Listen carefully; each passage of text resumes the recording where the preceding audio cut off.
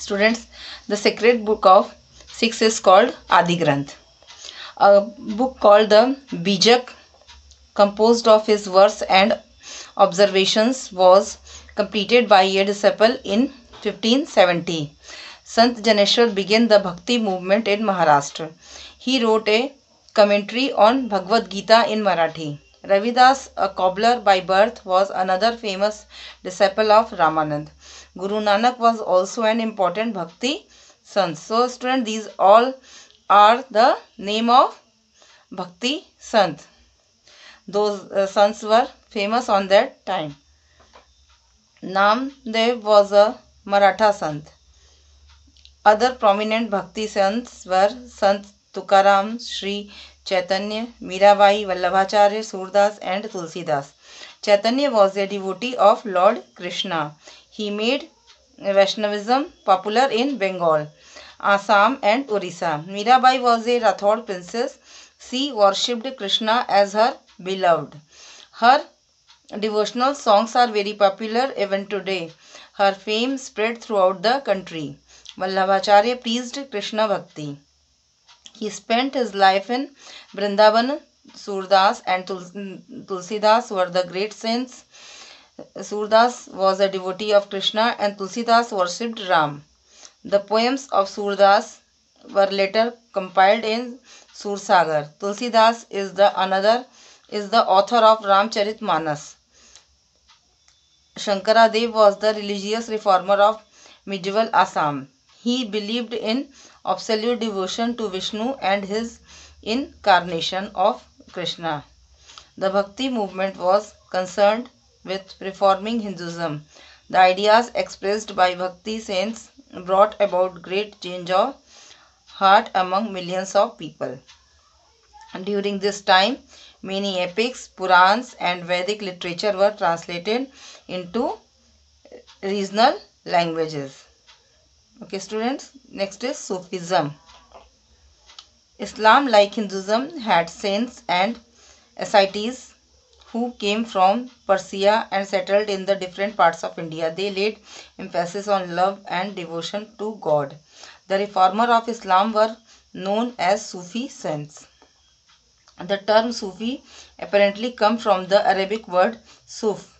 The Sufi saints were known as spirit. They did not believe in rituals or ceremonies.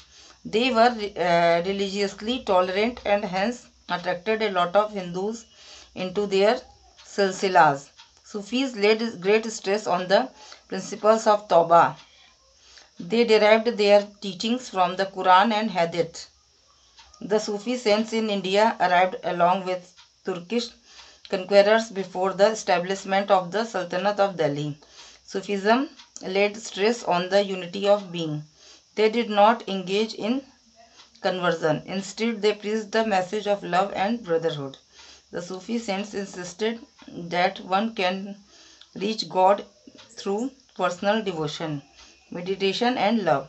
They believed that their journey to achieve union with the God, they had to pass through 10 different stages: repentance, abstinence, pity, poverty, patience, gratitude, fear, hope, contentment and submission to the divine will. Like Bhakti movement, the Sufi sons also believed in Guru Shishya Parampara. The practice of spiritual preceptionship is known as Par-e-Muridi. In India, three oldest Sufi orders are Chishti, Surawardi and Naqshbandi. Each Sufi order had a khanqah or hermitage. Abul Fazl, courtier of Akbar, mentioned presence of 14 Sufi orders in India. Khwaja Moinuddin Chishti was the founder of Chishti order. The chief centers of the Chishti are Ajmer, Delhi and Fatehpur Sikri.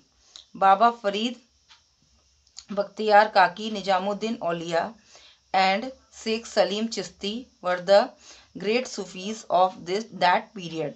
Sheikh Salim Chishti was greatly venerated by Akbar. They all preached love of mankind and also religious liberation.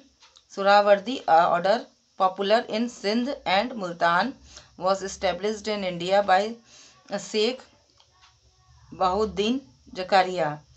The Naqshbandi order was established in India by Khwaja Bakhtaraf in the 16th century. Sheikh Ahmad Sarhidi was a famous saint of this order. Amir Khusro was a famous disciple of Nizamuddin Aulia. Sufi sons believed in devotional music like Qawwali, the way of coming nearer to God. Thank you everyone. Read this chapter and try to fill all exercise work yourself.